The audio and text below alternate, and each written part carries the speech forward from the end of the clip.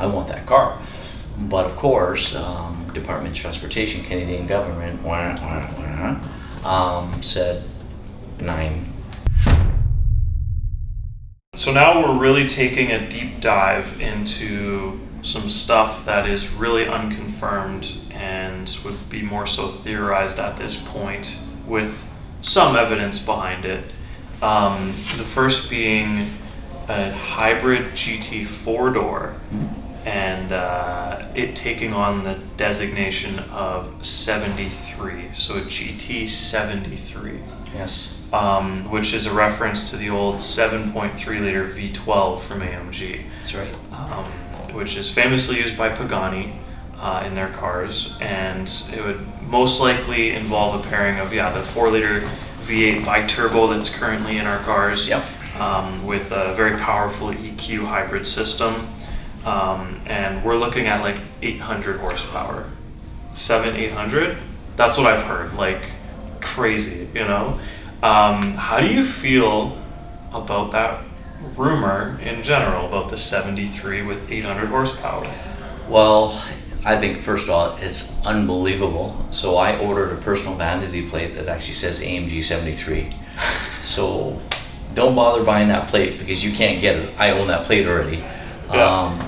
It's reality. So they launched that 73 and then an SL, and I can't quite recall. It's one of 3 or 5 in the world. It's more rare than a Zonda. Like, it's just so unique, that V12 engine, and then you move that needle forward to now, it's coming. Like, it's again, we use that electrification in the vehicle with a combustion engine, a small engine, to generate that 800 horsepower car. You know, we had a client that had put his name down for one, but couldn't wait. That was already a year and a half, 2 years ago. So it's coming soon. It's going to be here sooner than you think it'll be here. And wow. And again, no stats, but I'm going to take a stab. I'm going to say that's a 0 to 100 kilometer car, 2.5, 2.7. Like, that's you know, fast. Yeah, like even 3.4, 3.6 now it seems slow. Yeah. But it's like yesterday, like a Porsche 911 Turbo, what is 2.4 or 2.6? Is it? And Wow. that's just it's a fabulous vehicle. But this is going to be a sedan. Yeah, 4 doors. A sedan, Jeez. not a sports car. Well, 4 it is a doors sports are car. taking over. Yeah, they are. Yeah, That's cool. And I love it. I think it's going to be great. Yeah. Yeah. Okay. Yeah. I mean, how do you feel about having that much horsepower in a car? Isn't that crazy? No, you can never have enough. Yeah. You can never have enough. Absolutely not. Like it, and again, I could be offside, and some of the audience might correct me on this, but we used to talk about 300 horsepower. That was like a benchmark. In 2000, we had the ML55, 5.5 liter V8, naturally aspirated, 300 horsepower. Wow. Then it started hitting 400 horsepower, and 5, and all of a sudden now we're 7, and now we're touching 8. Like, where does it end? Consumers will buy it.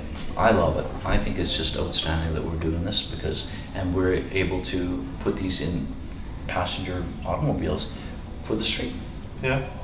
It's insane. Yeah. It's crazy. Love it. Okay. So yeah, with the GT73, what we're referencing is there have been spy shots of GTs doing testing in, I think it was like Switzerland, and the camera people who take these spy shots, they see a full GT63, what looks like one, and on the back there's like a hidden hatch where the hybrid plug-in would go, and it's like, so we think we've basically seen what it'll look like. It'll look like just a normal GT63, but I mean, you're packing in 200 extra horsepower. Yeah, that's right. Yeah. Right. Okay. And now you mentioned earlier SL class being your favorite. Yes. So we also have spy shots of the new generation SL, because 2020 is the last year of the SL class as we know it. Last actually as the Vario hardtop. Yes, so we're moving to soft tops. And so there's some spy shot, right? Yeah, Yeah. that's right. That's right. Yeah, there have been some spy shots. And there's, yeah, so like I know you had mentioned to me a couple months ago that you actually prefer soft tops over hard tops. All day long. Okay. All day long, you know. I mean, I've owned both, from soft top CLKs to the SLKs. I've driven lots of the company vehicles. You know, and you're splitting hairs, but I just love that nostalgia of a soft top, you know. And for a lot of the buying audience, the CLK, my 430 2001 V8, sold it new. I bought it back from the client. That car has been on the road for almost 20 years, and the top is perfect. It's original. Now, granted, it doesn't see the snow, but you know, well maintained. You know, the water still beads off the roof. I just love that look of a soft top. Yeah. But for individuals that have to drive it for a season, and don't have the luxury to park the convertible away, and we're starting to see that shift. They want to drive a vehicle 4 seasons. This is where the SL, actually the entire Mercedes lineup, actually all but the SL right now, the new SL, the C, the E, what else am I forgetting? Convertible, SLC. GT. Yeah, well, the GT's still rear drive. Oh, you're talking about all-wheel drive? Yeah, so okay. our 4MATIC drive system, and the 4MATIC Plus and the 53E, it's going to be just absolutely delightful, right? You can have an all-wheel drive, have an insulated convertible, but this SL is going to be very special, I think. 4 seats. Oh yeah, full size? It's going to be, I said 4 seats. 2 plus. Okay. All right. Okay. It's okay. 4 seats, but yes, it's miniature humans. Yeah, I think it's going to be little minions. You know, I mean, we have the S cab right now. Of course, that's ended production. I mean, you know, comfortably you could seat 4 people in there, but I wouldn't be going across the country in that. But the SL is really going to be, you know, sports light. You know, that it really is just going to be for that individual. Throw the briefcase in the back or gym bag. But purely lifestyle car. And I've seen some snippets or pictures. I don't know if you have, but oh, wow! And 4MATIC. Yeah. Never had that. So this will be the 6th generation. Yeah, 6th generation SL. Yeah. Since 1955. So it'll be very cool. Are you sure? I think it might be the 7th, but is it 7th? It's irrelevant. Yeah. Okay. We're not factual here. Yeah. Even though we should be. Okay. Yeah, and then this SL might also take on the 73 designation. Yes, that's true. Yeah. Yeah. But there'll be different variants, you know. I've seen, I can't remember the nomenclature, it was 232 dot something, but there was a SL, I seen the 43, but again, Canadian market, who knows what they're going to bring. Yeah. You know, I've seen 53, I've seen 55, I seen, was it a 55, an SL 55S or an E? So there's going to be lots of variations worldwide. Yeah. Right on. Okay. There's one last model range I want to talk about, and this is also the least factual, probably the most, and not most anticipated, but you know, I'm very hopeful that they're going to do this. So we have seen pictures that claim that there's, you know, we have the new G platform, right? The new G class. Sure. Amazing. It's just so good. You know, in comparison with the old one, it's a whole new vehicle in my opinion. Yeah. I love the old ones, but I love the new ones as well. And so we have seen pictures which might be a new G550 4x4 squared.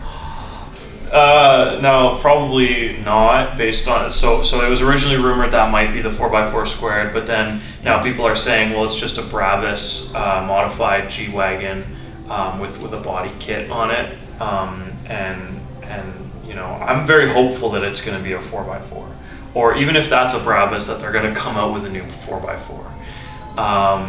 That would be an amazing thing.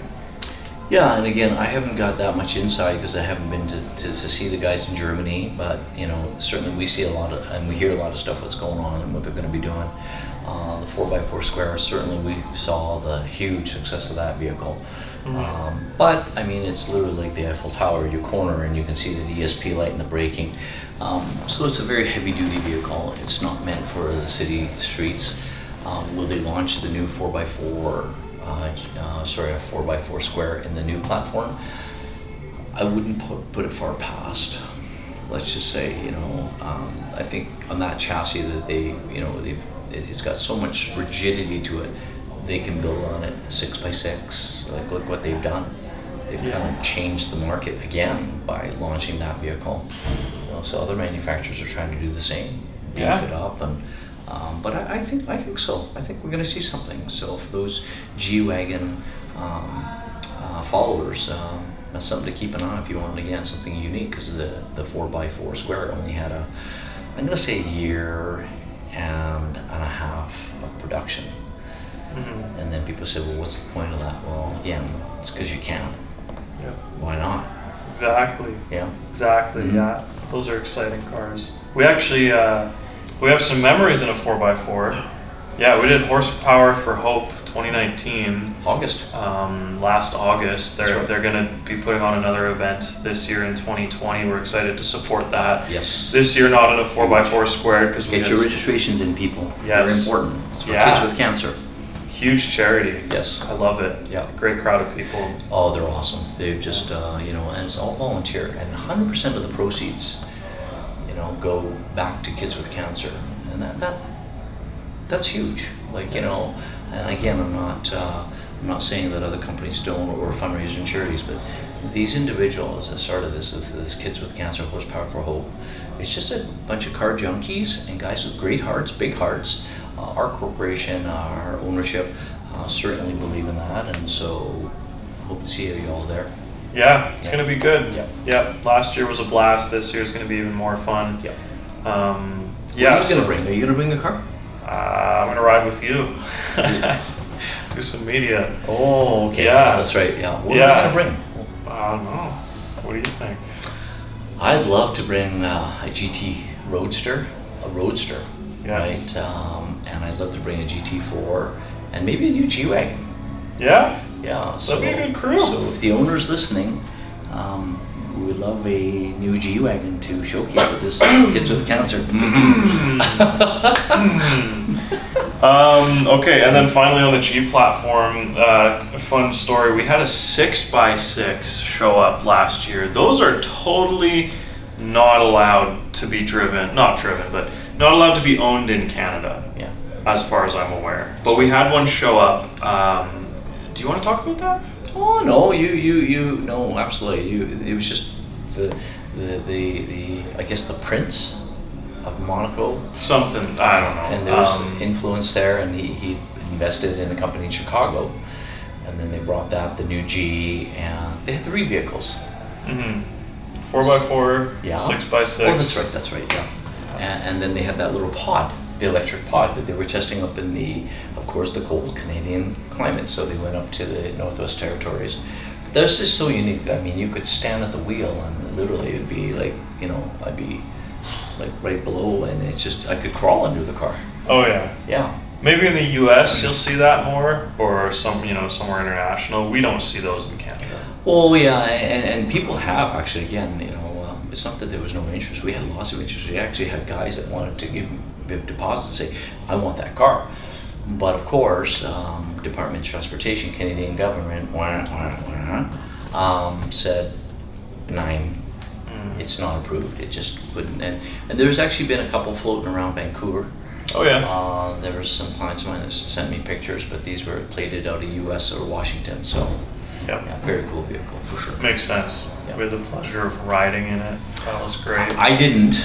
You were with us. The 6x6? The 6. No, I wasn't in the 6x6. I have video evidence of you in the 6x6. Oh, in the parking lot. Yeah, not actually on the road. Oh yeah. No. Okay, yeah, in the parking lot. Driving. For sure. Yeah. I thought we were driving. Yeah. No. Yeah. Okay. Well, this was great. I appreciate your time, Rollie. This covers a lot of what's new in the Mercedes-Benz world. You have a great insight into it. And like I was saying, 24 years now that you've been specializing in it. I believe your client's here from the looks of it outside in his McLaren. And so yeah, I appreciate your time. This is amazing. We're gonna do more of these hopefully in the future. Yeah, for sure. You know, this is really kind of a delight. Jordan's kind of taken on and morphed into our social media guy, and he's asked and begged me to do a lot of videos. And as much as I love to, it all takes time and stuff. And I have my own Instagram page. As Jordan knows, I'm very steadfast. My clients come first, so I'm always, King of Kensington doing that before my social media stuff. So this is my first, and I really appreciate the invite. But maybe comment to Jordan or myself if I hear more feedback. I'd love to talk. We obviously talk about some newer stuff, but there's some older Mercedes, because there's guys that just want to buy older Mercedes, and they're nostalgic and they're well kept. There's lots of value in it. I certainly drive them, as you know. I've got from older SLKs to CLKs to E-Wagons to C-Classes. So if you have anything you want to comment or ask us, we'd be happy to address them for you. Great. Yeah, well, thanks for your time. Cool. Absolutely. Thank you. All right. Thanks, guys. Appreciate it. If you don't follow us already on YouTube, Instagram, Facebook, we're at Mercedes-Benz Edmonton West. Yep. And we can't wait to go into more stories like this in the future. And so stay posted. Be well.